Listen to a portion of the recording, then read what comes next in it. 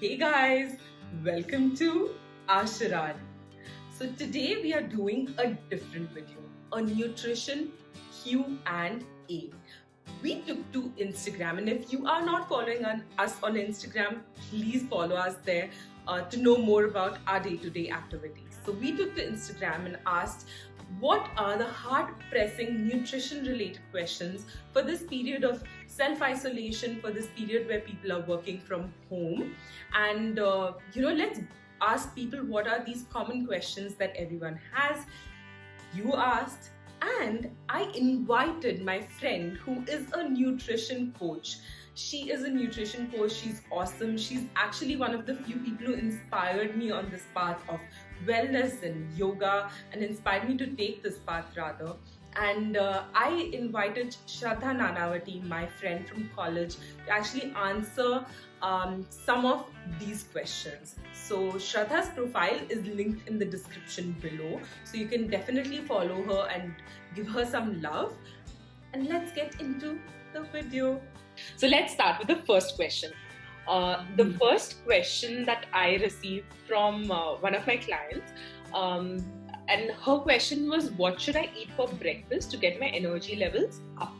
Now this lady, let me just specify before we move in, is not someone who is trying to lose weight. In fact, she has the opposite problem where she is skinny or wants to kind of maintain her energy levels because she's not very, she doesn't have that fat in her body.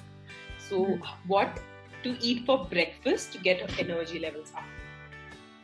So I would recommend a high protein breakfast, and generally starting the day with a balanced meal that is balanced on macronutrients, protein to fat is very important. Also consume your fruits and your dried fruits, nuts in the earlier part of the day, so if you can have it either during breakfast or mid-morning as a snack, that would get digested better than the later part of the day.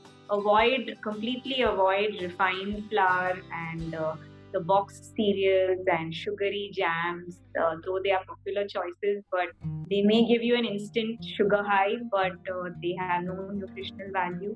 So what you eat, in fact, as your first meal often sets the tone for what you will crave, the taste that you will crave for the rest of your day. So I would say try to balance it, and if possible, add in some vegetables also. But generally, dates and fruits are very good to give you good energy in the morning, especially when you're in a rush and you have many things to do. You don't have time to prepare an elaborate breakfast, and also something which is high in protein. So maybe if people like eggs, or some people like a protein shake or a smoothie, and you have to see what works for you, raw food or cooked food, which cuisine you prefer. I mean, there are various cuisines in the world, and every one of them has something healthy which can be incorporated for breakfast. And if you feel that there's something you'd really like to have, like for example, overnight oats or oatmeal or chia pudding, these things in fact take very little time to prepare, and they can be made, many of them in fact need to be made the night before by soaking and mixing everything and refrigerating. So you do your prep work in such a way that you're not rushed in the morning, which may make you miss out on having a good breakfast. Okay, great. And it doesn't have to be like carb dense or protein dense, right? It can be. Try to make it balanced, and having a protein dense breakfast will keep you fuller for longer. So make sure that you get enough protein and fat in the earlier part of the day at least, and the carbohydrate probably is more important after exercise, or some people they need it before exercise to feel that they have enough glucose to be able to burn it off. Okay, great. The next question is, please advise any sort of diet which is healthy but does not make me gain weight. So this is a question which can't be answered in a very specific way, because everybody's body type is different, and what helps them gain or lose will also vary according to the body type, the environment and the activity level. But in general, I would say avoid processed food, avoid store-bought stuff. In fact, try to make as much as you can at home, and whatever you enjoy, try to keep it simple and don't overload it with sauces and ingredients so that you're consuming too much of sugar or salt. Avoid deep fried food and try to keep it to a minimum if you love it. Avoid using too much oil when cooking. So as far as we choose the whole unprocessed foods and foods which are in their original form, that is the best for all of us, whichever cuisine you choose. And if your activity level is not too much, then you can always lower your carbohydrate intake or consume more fibrous complex carbs so that you consume more protein and healthy fat, and don't overdo your carbs in order to check your weight. Okay, yeah. So don't overdo your carbs. Eat proper protein and a lot of like vegetables, vegetables mainly, and also fruits. Yeah. Okay, great. Next question. Uh, so this is someone who's saying, and I feel it's a twofold question. So it can be also for like aches and pains, but otherwise, can you share some advice for those of us working from home who are hunched over our computers for even longer hours now? So when you're sitting at home mostly and you're hunched and you have these aches and pains, or you feel sometimes a lack of energy, it's best to have smaller meals through the day. And so at least you are able to feel light and not too drowsy or too heavy or bloated after a meal. And keep simple small snacks in between so that you get up and move a little bit to have them. Make sure you drink plenty of water so that you're hydrated. And once you feel lighter and your energy level is better, you will be able to manage your pain better. Definitely stretches, yoga, and some form of exercise is necessary to be able to reduce the pain or to make it go away completely. But just having better digestion and better energy levels also helps a lot at this time. Okay, great. And even for yoga, we're doing videos every Thursday. We're doing a live class, and we'll start live YouTube classes so you guys can follow that. And I have videos up also which work with aches and pains, so you can definitely follow that as well. And like Shradha said, eat smaller meals, because even for me, I feel that really helps. Even if I live an active life, somewhere down the line, I feel eating smaller meals through the day helps me keep my energy levels higher as compared to like bigger, like breakfast, lunch, dinner, for that matter. But I guess Especially for people who have adrenal fatigue or who just feel very fatigued, grazing, that is having very small meals, it is very important so that their energy, like they don't go too long without eating, so the body gets its source of energy constantly, that is every 2 or 3 hours.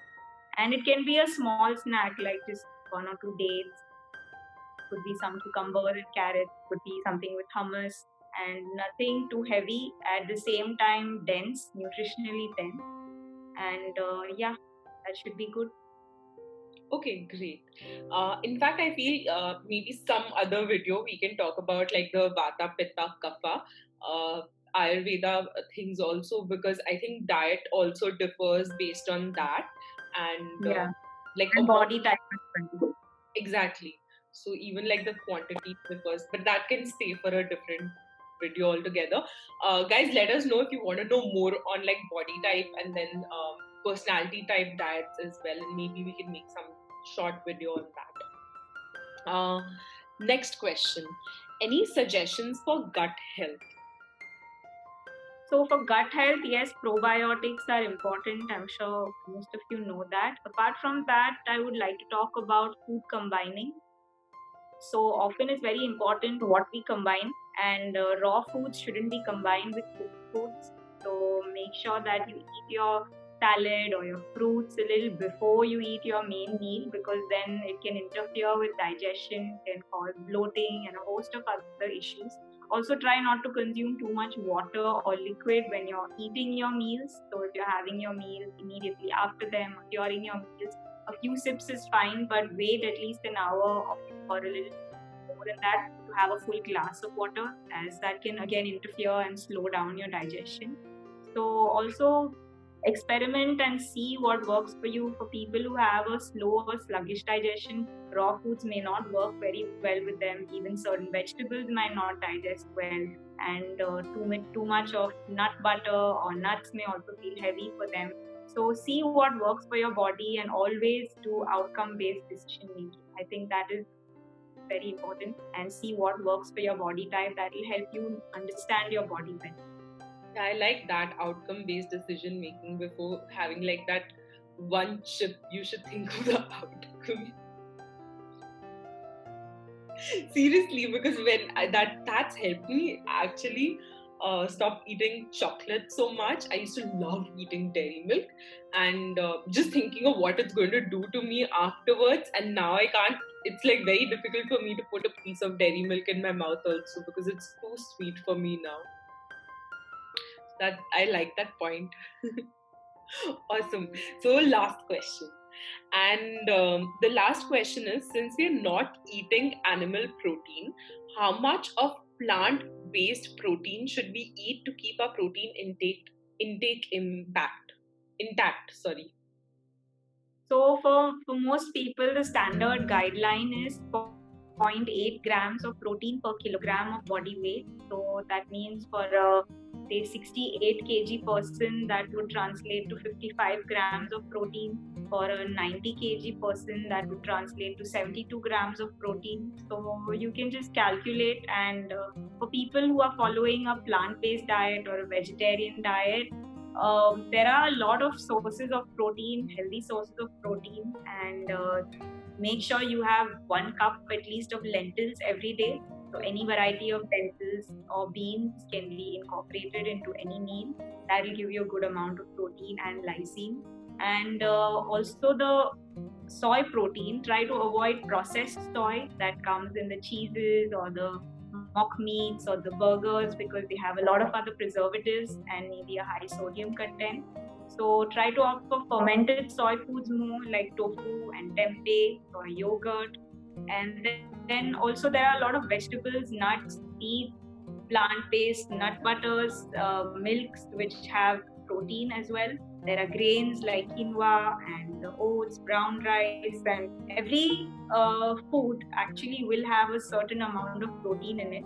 So as long as you are having enough fiber, vegetables, nuts, seeds, I think you should be fine. If you feel that you do a lot of weight training, or you're an athlete, or you have heavy physical labor and your protein requirement is not met through your daily diet, then you can always supplement with protein powders such as pea protein or hemp seed protein, which are without any artificial flavorings or added sugars, and that should work Fine as well.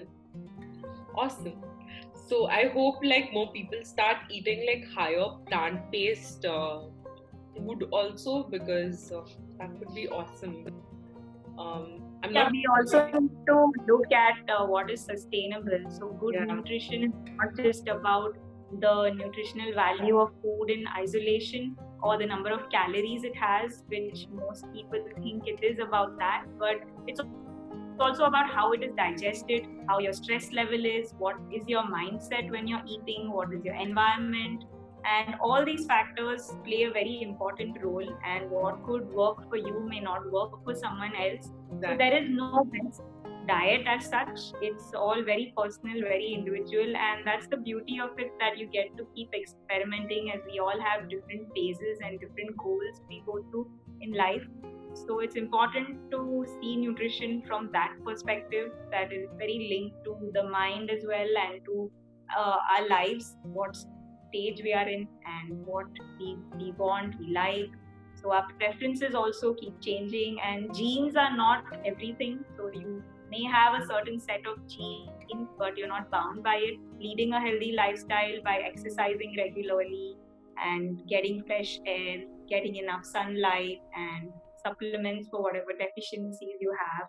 All these things also help.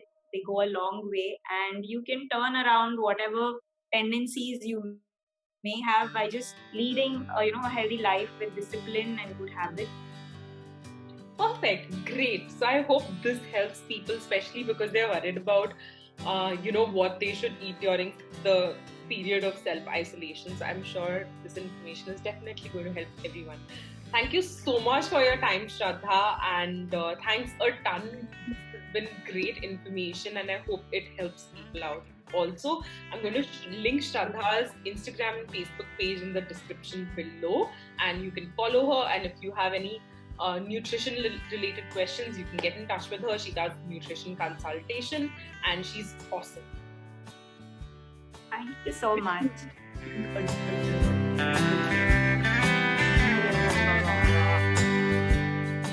By now, you know what is to be done. Like our video if you liked our content.